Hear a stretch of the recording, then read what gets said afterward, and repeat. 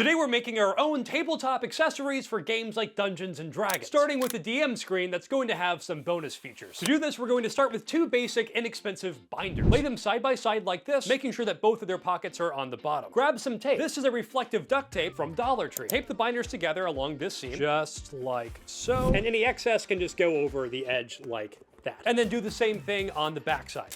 Smooth it out. Now, we have ourselves a DM screen, and it even folds up nicely for storage. But what about those bonus features? Well, because we use binders, we have these pockets on the inside, which is great for storing notes for your session.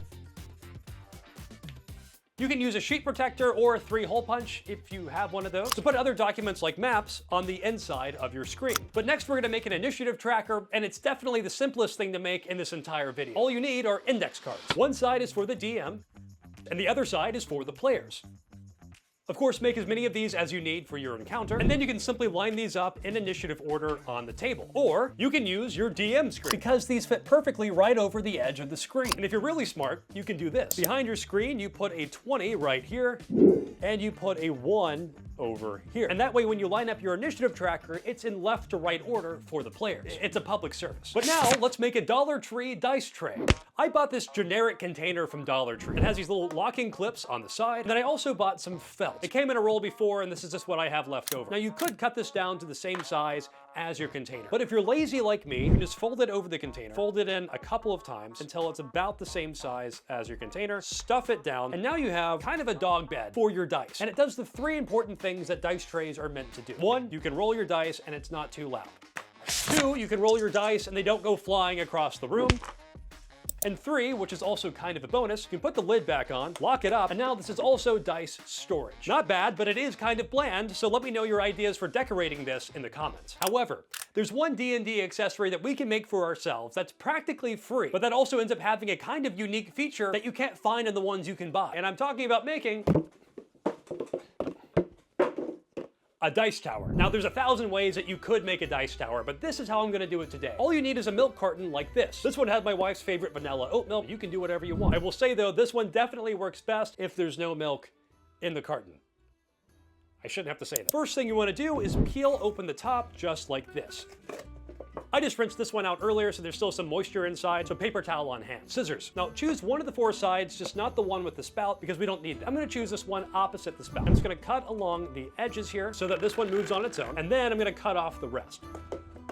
Make sure the inside is dry. Get some more tape. Then we're gonna fold this down inside to about a 45-degree angle, and we'll use the tape to secure it to the sides, just like so. We ain't pretty, but we ain't done yet neither. Then on the same side as the tab that you left, find a spot about halfway up the carton, carefully cut right across, all the way down, until we have something that looks like this. And then just push this back until it's touching the back wall. This will create a very shallow angle, and that's to our advantage. I'll show you. Another piece of tape, and then use that tape to secure the inside, just like that. And then we have a really simple, functional dice tower.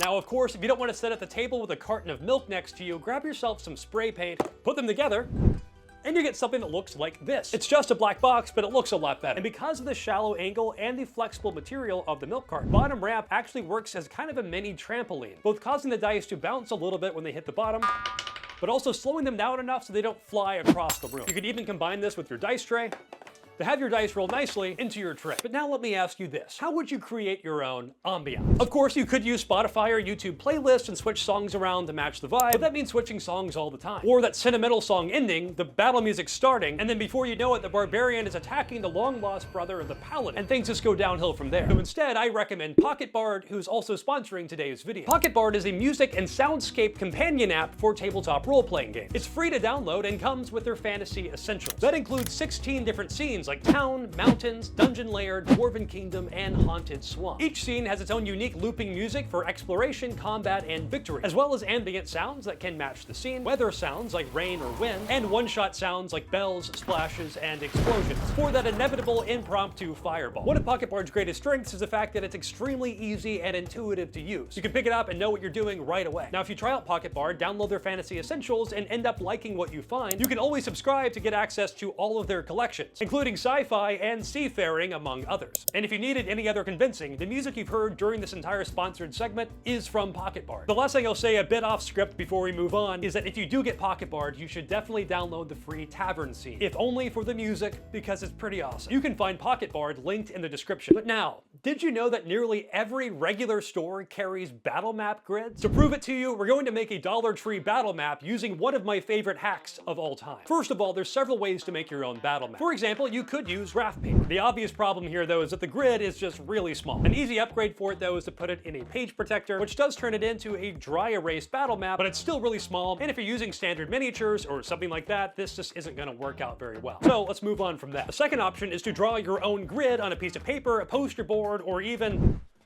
some drywall. But I don't recommend that. Instead, let me show you a super simple trick. And all you need is one of these. This is wrapping paper. And a lot of the wrapping paper you'll find will say something really important on it, which is that it contains grid lines on the back. I wonder what size grid lines those are. Well, as it turns out, the grid lines on the back of most wrapping paper is a 1" by 1" grid. Exactly what we want for a battle map. But it's wonderful because it's basically a whole roll that we can cut down to the sizes that we need. You could roll out the whole thing over a big table, weigh it down on the edges, and use that as your battle map. But for the third time in this video, we can call upon the power of a page protector. We can stick a cut down piece of our wrapping paper inside of the page protector, and just like with the graph paper, this is now a miniature dry erase battle map. You can draw to actual size and use in conjunction with minis and terrain that might be built for standard grids like this. I love that because it's so simple and so ubiquitous. But let me know in the comments if I'm crazy for that. Okay, so we have our battle map grid, but what about minis or terrain or anything else to use with this? Well, thankfully for minis, the answer is super easy because of course almost anything can be a mini. A cap from a milk jug,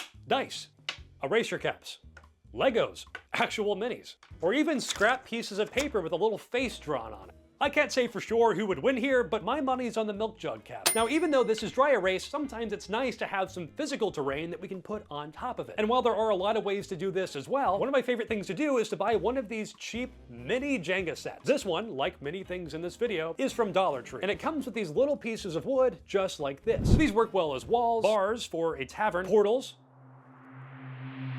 Oh no. And in a similar vein, I have a final weird bonus piece of advice, which is to not sleep on the baby shower section, because this is a baby carriage that I bought from the baby shower section of Dollar Tree. And with this baby carriage, if you take off the handle, turn it around, stick it back in, take off this cap, and then give it a paint job, you end up with a pretty nice wagon. And this wagon actually works really well on a grid. If you look at it next to a mini, this would work pretty well as a smaller wagon, maybe drawn by a single horse or something like that. Do you have a favorite DIY accessory for tabletop games? If so, let us know in the comments so we can try it out too. Now, if you're hearing my voice right now, I hope that you've enjoyed the video, and if you did, please consider liking it. If you want to see more stuff like it, make sure you leave a comment telling us why, and also subscribe to the channel. Both are easy ways to tell the algorithm that you do want to see more of this in your feed. Make sure you download Pocket Bard, which is linked in the description of this video, and otherwise have an excellent, excellent day.